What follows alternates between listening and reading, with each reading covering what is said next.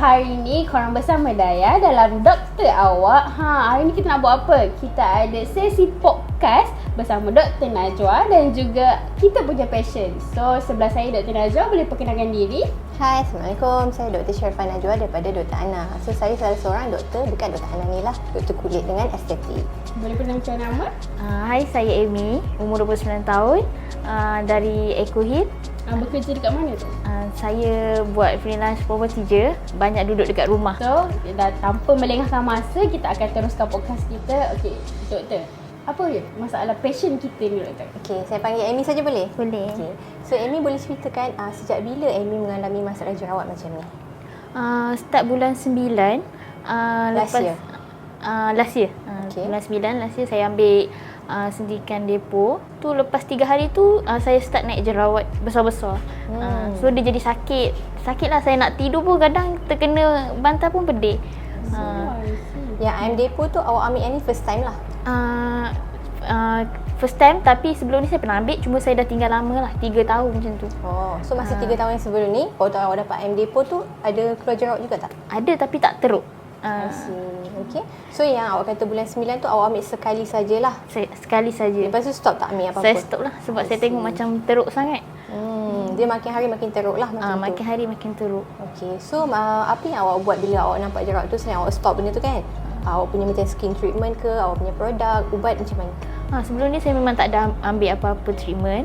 Saya just pakai cuci muka je macam biasa.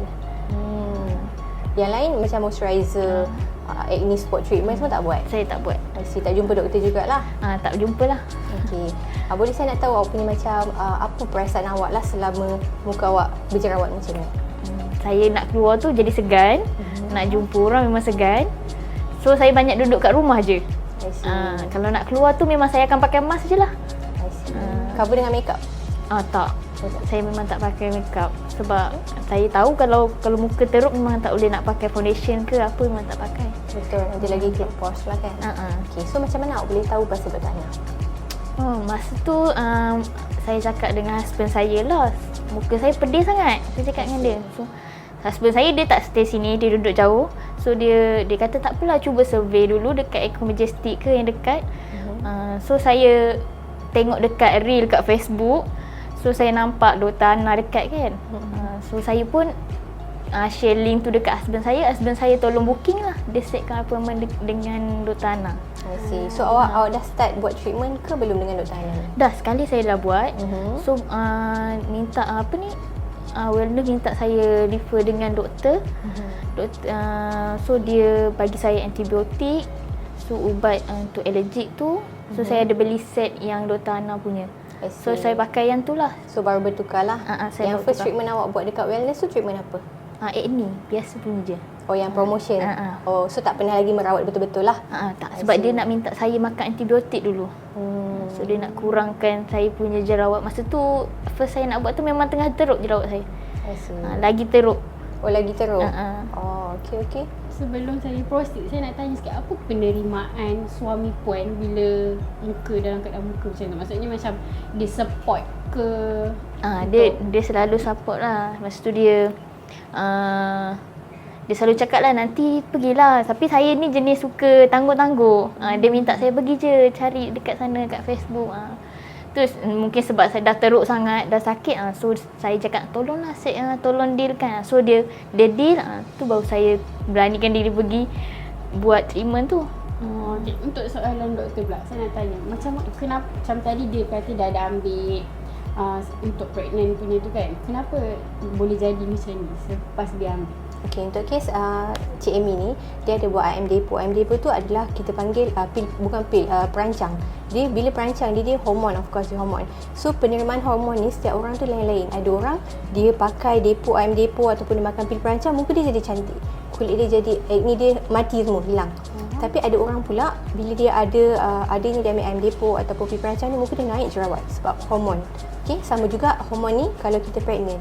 So kalau macam pregnant pun, orang yang tak pernah ada jerawat boleh tiba-tiba naik jerawat. Macam tu. Ataupun terbalik. Selama ni banyak jerawat, bila dia pregnant hilang semua jerawat. Because that one is hormone. So kalau kita dah dapat pastikan apa penyebab jerawat tu, kita memang kena stopkan lah. Kalau macam pregnancy, dia pregnant berjerawat, tak boleh lagi kita nak stop pregnant tu kan. Maksudnya baby dah keluar, baru kita rawat dia punya jerawat. Kalau macam tu dia akan bagi ubat hormon ke? Kita check dulu, kita kena check dulu. So, contohnya untuk hormon, kita tahu kalau hormon sooner or later dia akan hilang. Tapi let's say kalau at certain time dia still tak hilang, kita boleh ambil darah untuk hormonal test dekat klinik. Dari situ kita tengok dah ada result tu, kita boleh adjust lah ubat-ubat apa yang kita nak bagi. Oh, faham. Okay, untuk awak pula saya nak tanya, siapa yang encourage awak untuk ke datang? Husband lah yang betul. untuk datang. So, lepas awak first time awak buat dekat Dr. Hana ni kan, so apa yang awak rasa? Apa harapan awak dekat Dr. Hana? Saya rasa memang saya boleh, muka saya boleh pulih lah. Sebelum ni memang jerawat saya ada pun, tapi tak selalu. Dia ada waktu-waktu dia macam period pun ada. Dia memang ada, cuma dia tak banyak macam ni. Dia ada satu kat dagu, macam tu je.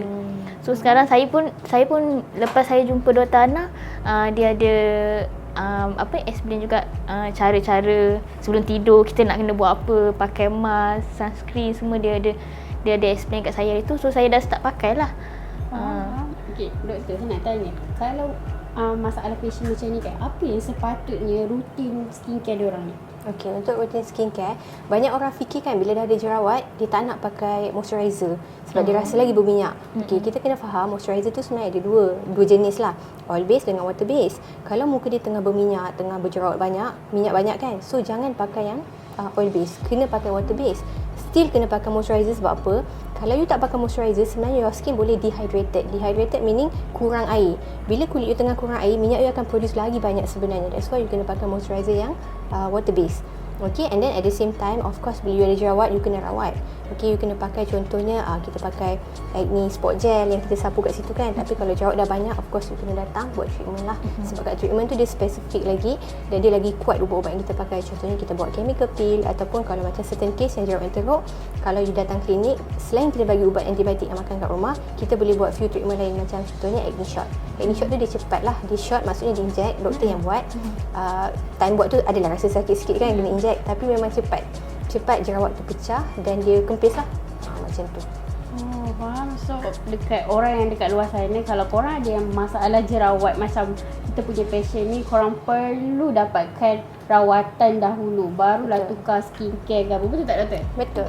Korang kena datang check dulu apa masalah. Kadang-kadang jerawat ni datang bukan daripada sebab kita punya skincare, boleh jadi macam doktor cakap tadi, hormon, pregnant. So apa-apa pun korang kena check dulu skin korang, okay? Betul. Dan yang paling penting untuk skincare tu, jangan pakai yang bukan-bukan lah.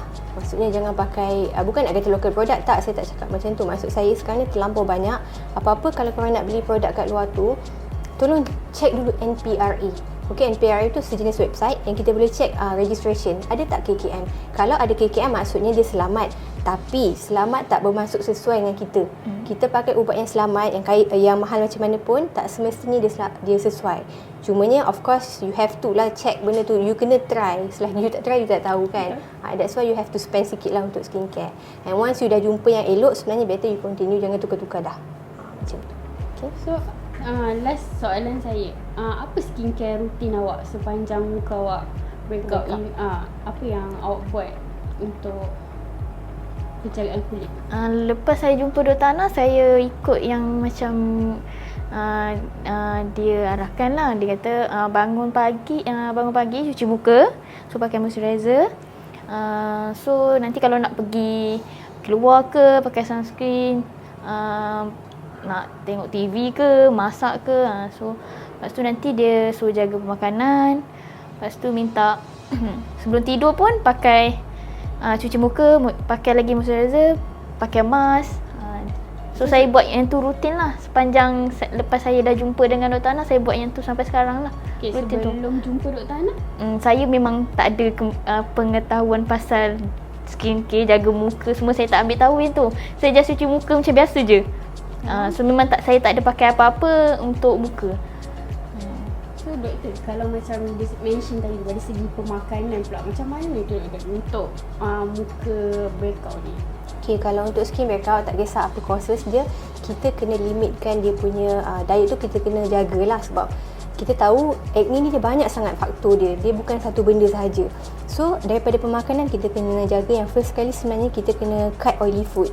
Okay, oily food boleh menyebabkan your skin oily. And then fast food, sebab fast food dalam tu dia ada banyak sangat benda-benda yang processed meat yang tak elok kan, MSG everything, garam dia sangat tinggi. And then contohnya kalau macam susu, bahan-bahan tenusu ataupun kita panggil dari produk susu ke coklat ke, sebenarnya susu tu sendiri daripada lembu kan. Lembu tu sebenarnya, susu tu dia ada hormon sebenarnya dalam tu. So orang yang tengah hormon tak seimbang makan pula susu, dia akan lagi benda tu akan jadi lagi flare, jerawat tu lagi flare. Lepas tu gula ni ada dalam semua benda sebenarnya. Even nasi yang tawar tu pun, dia bila kita makan, karbohidrat akan tukar jadi glukos dalam badan. So kalau glukos ni banyak, dia akan menyebabkan insulin spike, kita panggil. Insulin spike ni lah yang akan menyebabkan jerawat kita ni lagi banyak. Okay, sebab dia boleh trigger inflammation, dia boleh menyebabkan oil production kita lagi banyak. Okay, so benda-benda makanan ni you kena jaga. You tak boleh macam bergantung kat ubat saja, no. Walaupun you dah tak ambil hormon IM depo tu kan, tapi makanan you kena jaga, of course. And then hygiene ni kita kata memanglah kita rasa kita bersih ke apa, tapi maksud dia yang spesifik kalau muka tengah jerawat, you pakai let's say towel muka dengan towel badan you kena asingkan. Jangan itulah towel badan, itulah towel muka.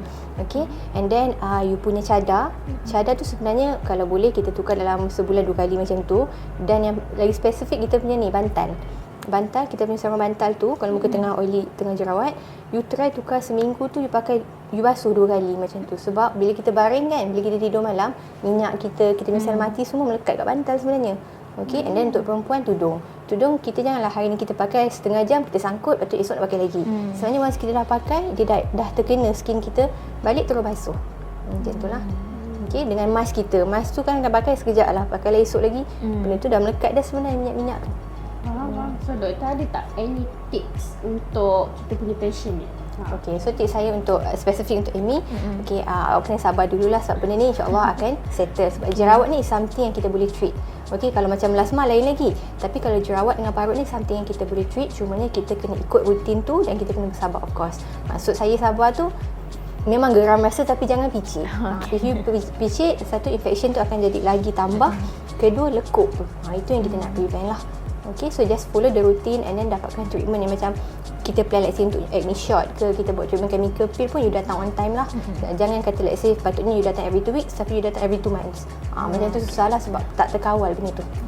Okay, so last soalan untuk kita hari ni adalah, you ada tak bad experience bila muka you macam ni? Maksudnya macam anything yang macam hurt you really bad bila muka you macam tu? Biasa kalau kita jumpa orang mesti akan tegur je. Orang akan tegur. Dia akan tegur je, kenapa muka makin teruk macam tu. Kenapa tak pergi, kenapa tak pakai, macam tu lah. Semua dia orang akan kita cakap kita itu ini tak jaga muka ke apa ke. So apa yang you rasa? Saya rasa macam down lah, mesti kita akan rasa sedih, tak confident kan? Tak confident nak pergi mana-mana pun. Baru ni pun saya tak pergi wedding kawan saya pun sebab saya segan, muka tengah teruk, dia jadi bengkak, so memang saya tak pergilah. So doktor, boleh saya berikan awareness tentang keyakinan diri bila muka? Okay. Kita break up. Okay, keyakinan diri sebenarnya saya nak share saya punya pengalaman lah dulu masa saya muda kan. Saya pun jerawat saya teruk sebenarnya. Saya ada jerawat teruk, kenapa? Sebab saya pernah pakai skincare yang bukan-bukan. Time tu tak ada lagi awareness. 10 years back tak ada lagi tahu benda-benda ni. Saya pun waktu tu saya doktor, tapi doktor biasa. Saya bukan doktor kulit, bukan doktor estetik. So saya pun tak tahu pasal skincare. So asal dengar yang macam orang kata elok, try kan. So saya pun terjebak lah dengan, saya tak boleh bagi tahu jenama, tapi benda tu yang memang ada mercury, yang kita tahu ada hydroquinone. Pakai tu memang cantik, licau semua muka. Tapi once saya tahu benda ni tak elok, saya stop. Time tu memang teruk gila saya punya jerawat lah. Time tu memang ada orang kutuk, of course, kata makin buruk lah apalah. Semua ada, memang down gila. Tapi bila kita dah sedar tu, kita slowly kita buat lah. Kita kena do something untuk bina balik keyakinan diri kita lah. Takkan kita nak down sepanjang masa kan. So saya pun saya buat treatment, saya makan ubat. So alhamdulillah sekarang okey. Jerawat yang ada macam setiap bulan naik seketul 2 tu, sebab period perempuan, benda tu sebenarnya normal. Dan tu tak payah nak down sangat lah sebenarnya, sebab benda tu normal dan benda tu akan hilang. As long as you tak kacau sangat, dia hilang lah. Okay, so untuk orang yang di luar sana, baik lelaki baik perempuan, kalau ada jerawat, you kena bersabar dan you kena rawat. You jangan bersabar tapi you tak buat apa-apa. You kena bersabar dan rawat lah. So kalau dah teruk, you tolong jumpa doktor. Kat situ kita boleh bagi you rawatan. Ada treatment dia. Benda ni bukan kita kata kekal yang tak akan hilang. Dia boleh rawat, so dapatkan rawatan yang lebih awal. Okay? Macam doktor cakap tadi, doktor ada pengalaman yang bad, orang kutuk saya ni. Apa doktor rasa yang sedih lah, of course, sedih. momen yang paling hit doktor bila muka doktor break out tu? Masa tu lah ada yang sebelum tu kulit saya licin elok kan. So macam orang puji kulit kan. So bila jadi macam tu orang memang saya ingat orang dia cakap saya makin buruk. Memang rasa macam macam tu lah, of course kan, kita perempuan kan, orang cakap kita buruk kan. So sedih lah pula diorang rasa, macam compare macam husband saya pula jenis yang tak dirawat langsung. So macam husband saya macam ni, saya yang perempuan macam ni. Of course lah saya rasa macam itu yang buat saya rasa lagi tak boleh jadi ni, kena do something macam tu. Masa saya tengah breakout tu memang saya pun sentiasa pakai mask. Sebab masa tu saya kerja kat klinik kan. So saya pakai mask sepanjang masa lah, walaupun time tu bukan COVID lagi. Macam tu. Kalau macam Amy sendiri, ada ke orang compare husband dengan wife? Husband saya pun flawless je muka dia. Dia flawless, lepas tu dia putih. Sama. So dia beza lah. So kalau bergambar dengan dia lagi handsome lah. Saya macam tu lah, muka berjerawat. Sebab masa baru ni dia balik kan. Dia balik, so kita orang bergambar pun dia nampak beza, ketara lah. Tapi dia macam biasa, dia still support. Dia cakap tak ada apa, it's okay, nanti dia tolong. Dia selalu support lah kita. Tapi kalau orang lain susah lah nak support. Dia memang akan tegur lah kulit kita macam ni, macam tu. So korang yang dekat luar sana, siapa yang ada masalah macam Puan Amy kita, jangan segan silu untuk datang ke Doktor Ana ataupun boleh dapatkan rawatan di klinik kami atau wellness kami sendiri. So tunggu next episode, okay? Bersama Dr. Najwa lagi. Bye-bye.